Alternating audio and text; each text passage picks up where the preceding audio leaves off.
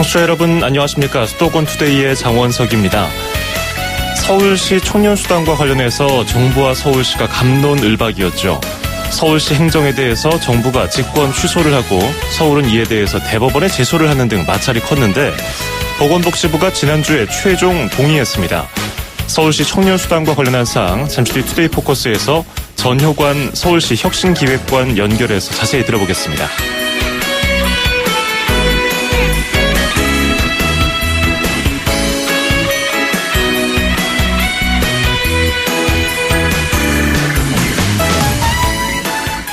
오늘 아침 앵커가 뽑은 수도권 뉴스입니다. 경기도교육청이 전문 담임교사제를 시행하기로 했습니다. 학생들의 학교 생활 적응을 돕는 건데요. 초등학교 1, 2학년생들은 2년 연속으로 같은 담임 선생님이 학생들을 맡는 겁니다. 일단 도내 45개 학교에서 시범 운영을 하고 자율 시행하기로 했습니다. 부모님들이 걱정을 조금 덜 수 있게 될 것 같습니다. 셰릴린의 Got to be real 띄워드리면서 2017년 4월 11일 수도권 투데이 시작합니다.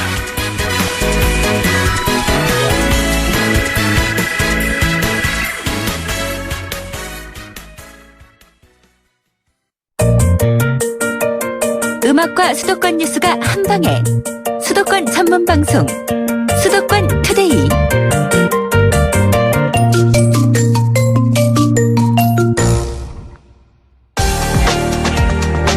투데이 포커스. 보건복지부와 서울시가 그동안 서울의 청년수당을 두고 팽팽하게 맞서왔습니다. 서울시는 주겠다, 정부 측 보건복지부는 안 된다. 지난해 8월 서울시가 복지부 반대에도 수당을 지급했다가 정부가 서울시에 직권 취소 처분을 내리기도 했습니다. 그런데 지난 7일, 4월 7일에 복지부가 최종 동의를 했습니다. 관련 내용 자세히 살펴보죠. 전효관 서울시 혁신기획관 전화 연결돼 있습니다. 기획관님 안녕하세요. 네, 안녕하세요. 네, 혁신기획관입니다. 네. 예, 반갑습니다. 일단 왜 그랬고 자세한 내용은 잠시 뒤에 제가 여쭤보고요. 네. 2015년 11월이었나요? 그때 서울시가 청년수당 사업 계획을 발표하면서 그 일환으로 이른바 청년수당 지급하겠다 이렇게 발표했었는데 그간에 한 1년 5개월 동안 어떤 일이 있었는지 짧게 한번 쭉 들어볼까요? 저희가 이제 2015년 11월에 발표를 했고요. 그 예. 내용 중에 이제 20개 정책 중에 이제 하나가 청년수당이라고 이제 지금 이야기되는 것입니다. 그래서 사실은 이제 미취업 청년들 중에서 저소득인 청년들에게 좀 굳이 어떤 활동의 안전망 같은 걸 제공하자. 그래서 저희가 이제 사업을 추진했고요. 예. 그 후에 이제 보건복지부에서 협의가 되어야 된다, 그런 요청들이 있어서 저희가 1차, 2차 협의를 했는데, 예. 이제 부동의 결정을 했고, 저희는 이제 8월에 이 협의가 동의가 아니기 때문에 저희가 집행을 했습니다. 근데 예. 바로 이제 보건복지부는 직권 취소를 했고, 저희는 대법원에 제소를 했고, 이런 갈등 상황을 이어오다가, 저희가 이제 올해 사업에 대해서 1월 3일 날 협의 요청서를 냈고요. 예. 그동안 여러 차례 비공식 이렇게 논의 과정을 통해서 4월 7일 날 최종적으로 동의 통보가 됐습니다. 예. 자, 지난해 6월에 이제 복지부에서는 부동의, 협의와 관련해서 이런 청년수당을 동의하지 않은 거죠. 그래서 서울시가 대법원 제소했는데 지금 이제 동의가 최종 됐으니까 이런 것들은 다 이제 취하되는 건가요? 작년도 사업과 올해 사업은 행정적으로는 별건입니다. 그래서, 근데 이제 사업의 취지를 수용했으니까 예. 그 부분은 원만하게 저희가 협의해서 처리해 나가도록 지금 할 생각입니다. 그렇군요. 자, 이제 세부적인 내용을 여쭤보겠습니다. 그동안 복지부가 왜 서울의 이런 청년활동 지원 사업에 청년수당을 반대했습니까? 그 쟁점은 이제 사실은, 구직을 하는 활동의 범위를 어디까지 인정할 거냐, 이제 이런 것들이 가장 핵심적인 쟁점이었어요. 예. 그래서, 정부 입장은 이제 구직의 직접적인 활동, 예를 들면 학원 등록비, 이런 것들을 인정해야 된다, 그것만 인정하겠다 이런 거였고요. 예. 저희는 지금 사실은 학원에 등록해서 구직 활동을 하는 경우라는 게 그렇게 많지 않기 때문에 특히 기술 혁신도 일어나고 있고 사회 변화도 광범위하게 일어나고 있는데 좀 다양한 활동들을 그 구직 활동이나 그 활동의 범위에다 포함을 시키자 뭐 이런 게 이제 쟁점이었습니다. 근데 사실 뭐 이런 세부적인 쟁점은 뭐 행정적으로 저희가 협의하는 과정에서 큰 장애가 되지는 않았어요. 근데 이제 이 사업 청년 수당을 두고 뭐 정치권이라든지 이런 데에서 뭐 포퓰리즘 논란이라든지 뭐 비판이라든지 이런 것들이 이렇게 계속되면서 이 문제를 조금 합의에 이르는데 되게 어렵게 했던 것 같습니다. 그러면 이번에 복지부에서 요구한 것도 있고요. 어떤 점들을 변화해서 어떤 점들을 좀 고친다고 이게 제출을 해서 이게 복지부가 동의를 했습니까?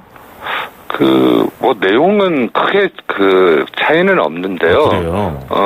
이제 저희가 이제 소득 기준 같은 경우에는 전년도에는 저희가 이제 미취업 기간과 소득 기준을 합산을 했습니다. 그러다 보니까 이제 미취업 기간이 이제 긴 경우에는 소득이 좀 높은 청년들도 포함되는 일부 사례가 발견이 됐는데 올해는 저희가 이제 중위소득 기준 150% 정도로 해서 신청 자격을 좀 제한한 부분이 이제 가장 큰 거고요. 그리고 이제 보건복지부가 권고에서 나온 얘기인데 지급 방법을 카드를 사용하는 것을 좀 구체적으로 검토해보자, 그거 보라, 이런 내용들이 조금 다른 겁니다. 그러니까 뭐 취업 활동을 하기 위한 목적으로 수당을 쓰도록 하기 위해서, 쓰게 하기 위해서 그런 뭐 카드로 쓴다든지 그런 것들을 도입하는 것을 말하는 거군요. 네네, 그렇습니다. 지난해 어쨌든 복지부가 반대를 했지만 청년 2,831명한테 지급을 했잖아요. 50만 원씩. 네, 그렇습니다. 그분들은 자동으로 이게 올라갑니까? 이번에 지급 대상에? 이게 이제 행정적으로는 자동으로 인정되지는 않고요. 신청을 다시 아마 하는 절차를 밟아야 될 것 같습니다. 근데 이제 만약에 이제 작년에 이제 자격이 발생했던 청년들이 연속이 되려면 보건복지부가 작년에 저희 직권 취소한 것들을 취소를 해줘야 되는 상황이 발생을 합니다. 행정적으로.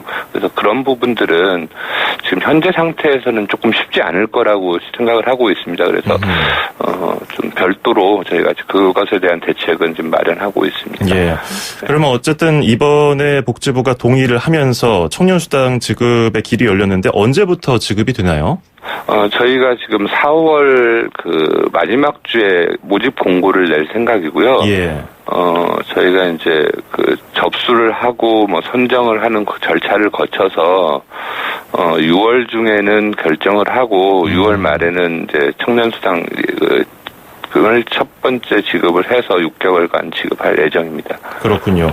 지난해 어쨌든 2,831분은 50만 원씩 다 받으셨는데 그분들 돈은 지금 지급된 상태죠? 네네. 저희가 이제 참여자 분석 결과라고 해서 작년에 참여했던 분들의 이제 사용 내역이나 어떤 효과가 있었나 이런 것들을 1개월이기 때문에 너무 짧긴 했지만 조사를 좀 했습니다. 그게 궁금하네요.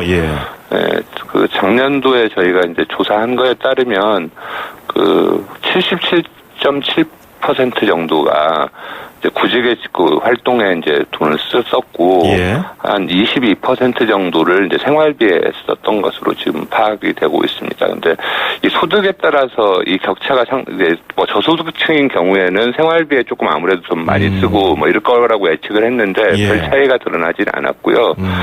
일부에서 얘기했던 도덕적 해이라든지 이런 부분은 아주 개별적인 사례에서만 존재해서 걱정을 안 해도 되는 문제라고 저희가 이제 판단을 했습니다. 그 부분에 대해서 정부도 객관성이 좀 떨어지니까 이 부분을 보완해라. 그리고 수당을 어떻게 쓰는지 제대로 모니터링할 수 있는 체계를 마련해라. 이런 걸 요구한 거 아니겠습니까? 그 부분에 대해서는 모니터링은 저희도 당연히 이제 정부 돈이 들어가니까 그건 해야 되는 거고요.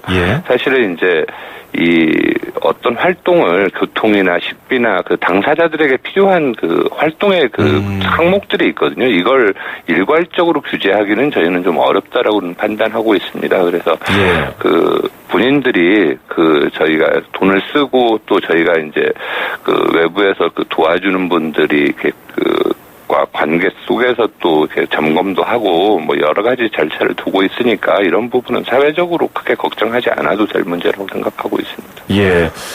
뭐 복지부에서 그런 것들 요구한 것을 서울시가 많이 개선을 해서 제출을 했고 최종 동의가 됐는데 앞으로 이제 뭐 간담회라든지 이제 한 2달 정도 남았나요? 이제 6월 말에 최종 지급까지. 그때까지 한 보완되거나 수정돼야 될 점 뭐가 더 추가될까요? 저희로서는 뭐 기본 틀은 지금 유지가 될 것 같고요. 예. 이제 아무래도 저희가 이제 행정적인 뭐 이런 것들을 하려고 하다 보면 작년에는 사실은 이제 접수 서류가 좀 많았던 편이에요. 저희가 이제 동의가 안 된 상태에서 국가 이 복지망을 이용할 수가 없어서 본인들이 이제 그 개별 서류들을 다 준비해야 되는데 올해는 좀 서류를 더 간소화하고 그리고 저희가 이제 조금 이 청년수당을 받는 청년들이랑 같이 할 수 있는 프로그램들 같은 것들도 좀 여러 가지를 좀 개발해 놓고 있습니다. 그래서 그런 것들에 좀 참여할 수 있는 기회 뭐 이런 것들을 좀 마련하고 있습니다. 예. 기존의 행정 기조는 유지한다고 말씀하셨으니까, 만 19살에서 29살 사이의 청년. 네, 그렇습니다. 네. 그리고 달마다 50만 원씩 최대 6개월 300만 원. 네, 그렇습니다. 그거는 이제 변함이 없는 건가요? 네네네. 아하. 그러면 이제 어떤 분들이 신청하실 수 있느냐 이게 좀 궁금한데요. 네. 아까 이제 신청 자격은 소득 기준으로는 이제 중위소득 150% 이하로 지금 한정을 하고 있습니다. 근데 설명을 드리면. 예. 이게 이제 중위소득은 가구 수에 따라서 얼마인가가 좀 달라지는데. 예. 중위소득 150%는 3인 가족으로 하면 월 소득 한 400만 원, 아니, 450만 원 이하, 뭐, 이 정도가 지금 해당을 합니다. 근데, 예. 소득 이하인 경우에 이제 신청이 가능하고요. 이게 아무래도 이제 서울시에서 하는 거니까, 공고일 기준으로 해서 서울에 1년 이상 거주한 청년이 대상입니다.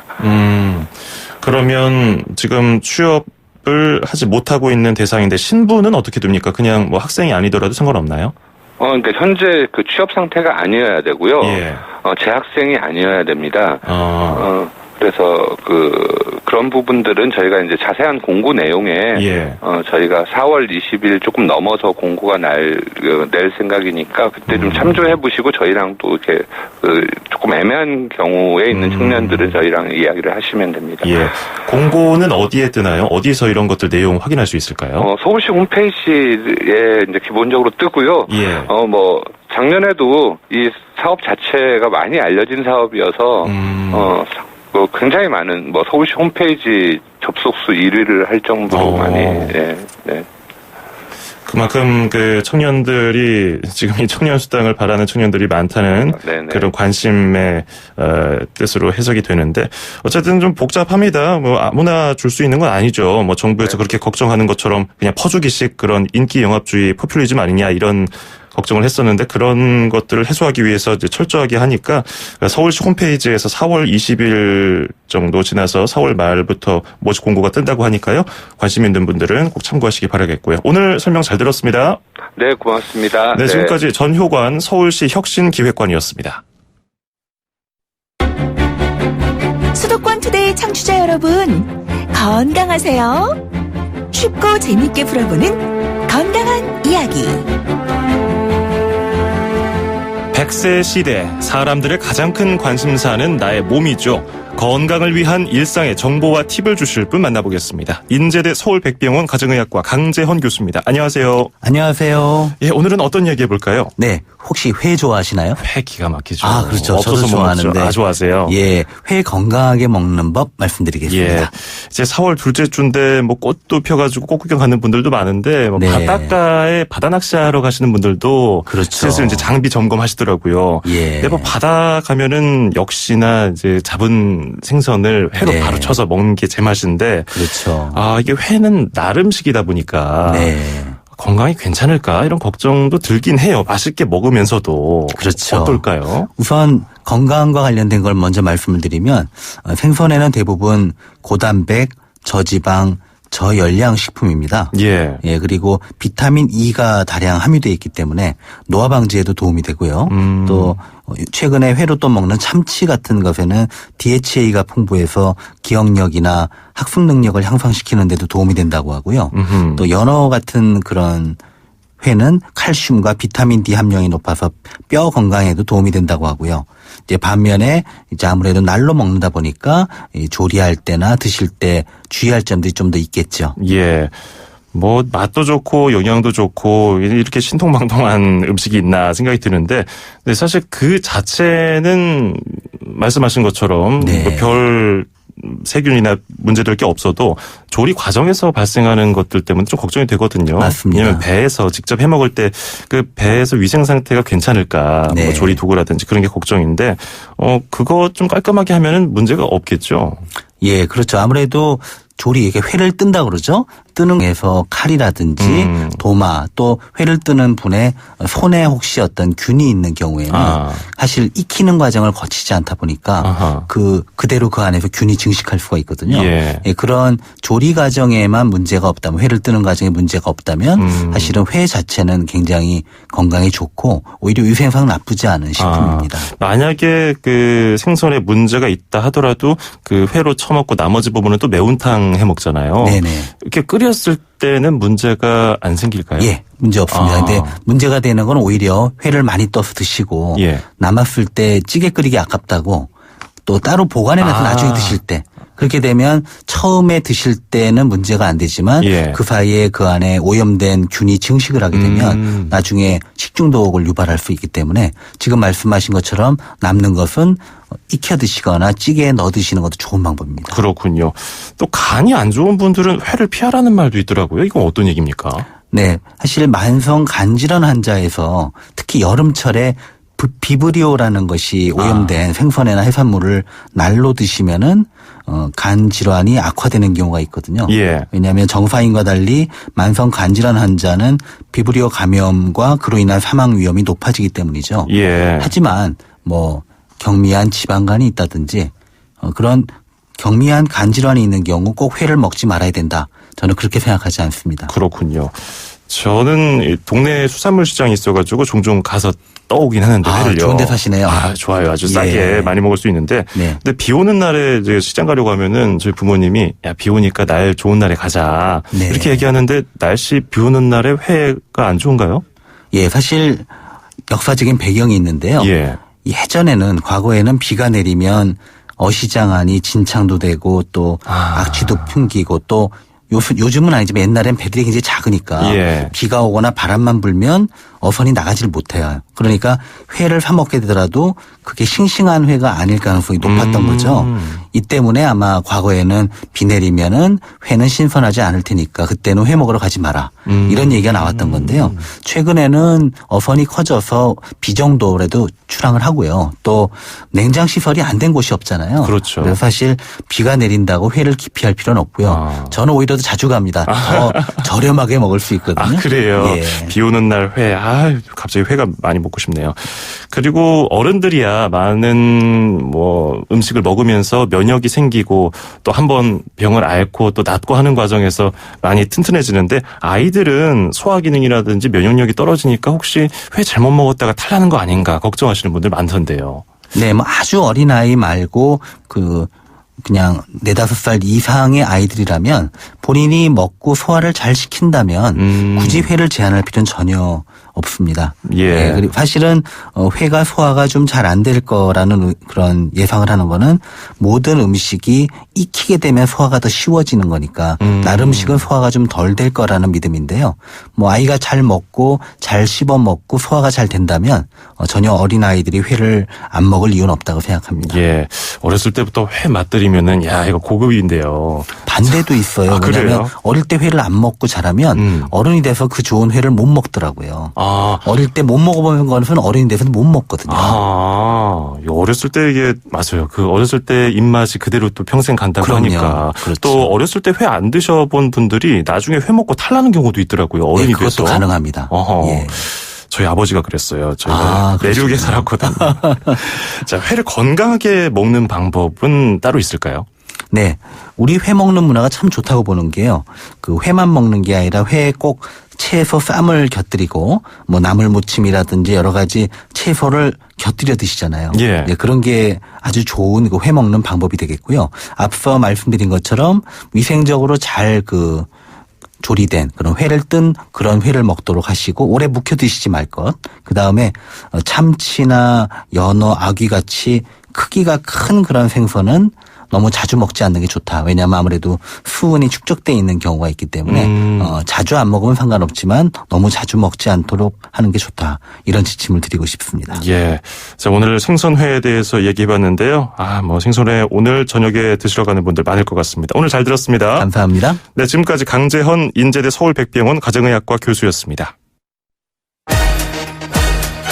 출입처 기자들의 수첩을 살짝. 가장 빠른 수도권 소식을 전해드립니다. 여기는 출입처입니다.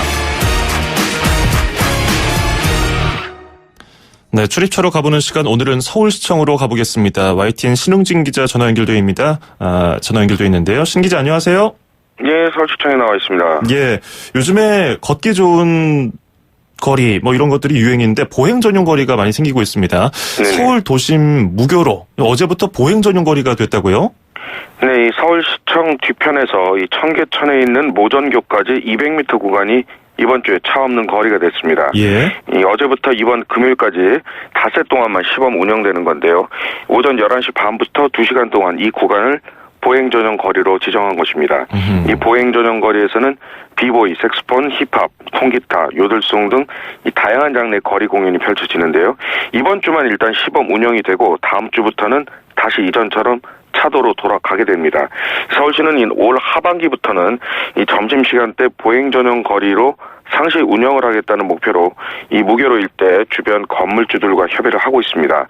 서울시는 현재 이 세종대로와 DDP 앞에 장충잔로, 덕수궁길, 청계천로에서 이 보행 전용 거리를 운영하고 있는데요. 예. 서울시는 이 걷기 좋은 서울을 만들기 위해서 보행 전용 거리를 더 많이 지정할 계획입니다. 예, 서울역 근처의 고가도 그렇고 걷기 좋은 도시를 만들기 위해서 서울시가 여러모로 여러 가지 정책을 세우고 있는데 네. 근데 나름 또 심혈을 기울여서 또 하고 있는데 불편할 수도 있으니까 건물주들과 잘 협의를 해야겠고요. 자, 그리고 도로명 주소 지금은 많은 분들이 또 익숙해져 가고 있는데 여전히 서울 시민의 절반은 불편을 호소하고 있네요. 네, 그렇습니다. 당장 저만 해도 이제 예전에 주소 시스템이 익숙해서 아직도 좀 받아들이기가 쉽지 않은데요. 예. 서울연구원이 인포그래픽스에 따르면 이 거주지의 이 도로명 주소를 알고 있냐는 질문에 대해서 응답자의 76.2%는 정확하게 알고 있다고 했습니다. 그러나 20.9%는 어렴풋이 알고 있다. 그리고 2.9%는 모르겠다라고 각각 대답을 했는데요. 예. 이 도로명 주소의 이 만족도 질문에서는 서울 시민의 50.7%는 만족했지만 거의 비슷한 49.3%는 불만족한 것으로 나타났습니다. 예. 이 도로명 주소가 불편한 이유로는 이 복수 응답을 통해서 이제 어느 동네인지가 알기 어렵다. 이 응답이 76.6%로 가장 많았고요. 그 다음으로는 주소를 기억하기 어렵다는 응답이 58.9%로 두 번째였습니다. 또 도로명 주소 체계를 이해하기 어렵다는 응답자도 50.8%에 이르렀습니다. 이 시민들은 이 도로명 주소를 효과적으로 알려주는 방법으로는 이 가정의 안내문이나 스티커를 나눠주는 것으로 생각하는 사람이 39.9%로 가장 많았습니다. 예. 저희 YTN 뉴스케어 건물도 마포구 상암동에 있습니다. 이러면 딱 쉬운데 상암산로 76 이게 아직 익숙치 않은 분들이 많더라고요. 네네. 어쨌든 이 부분 시간이 더 필요해 보이고요. 자, 그리고 서울시가 일본 비전화 공방과 업무 협약을 체결했다고 하는데 비전화 공방 이게 뭡니까? 어려운데요? 얼핏 들어서는 잘 이해가 안 되죠. 비전화, 이 안일비 전개할 때 전, 화학을 일컫는 화자입니다. 이게 이 전기나 화학 물질을 사용하지 않는다는 뜻인데요. 이 한마디로 자연 친화적인 삶을 위한 공방이라고 보면 되겠습니다. 예. 어제 이 서울시청에서 박원순 시장 그리고 이 비전화 공방의 설립자이자 발명가인 후지무라 야스유키 니혼대 교수 등이 참석해서 업무 협약을 체결했는데요. 2000년에 설립한 이 일본의 비전화 공방은 이 비전화 냉장고 등 제품 30종 그리고 전기업식 쾌적한 주택, 자연에너지와 폐유를 이용한 에너지 공급 체계 등을 만들었고요. 이 기술을 대부분 무료로 제공하고 있습니다. 이 서울시는 이제 은평구에 있는 서울혁신파크에 이 비전화 공방이라는 걸 또 개소하는데요. 예. 이 후지무라 야스유키 교수가 매달 서울혁신파크를 방문해서 이 비전화 기술을 전수하는 제자 인증 과정을 주관합니다. 일단 지난달에 6대1의 경쟁을 뚫은 12명이 비전화 제작자가 되고요. 또 일반 시민들과의 만남도 이어질 예정입니다. 예, 자연 친화적인 삶을 위한 공방 참 재밌습니다. 오늘 잘 들었습니다. 네, 수고하세요. 네, 지금까지 YTN 신웅진 기자였습니다.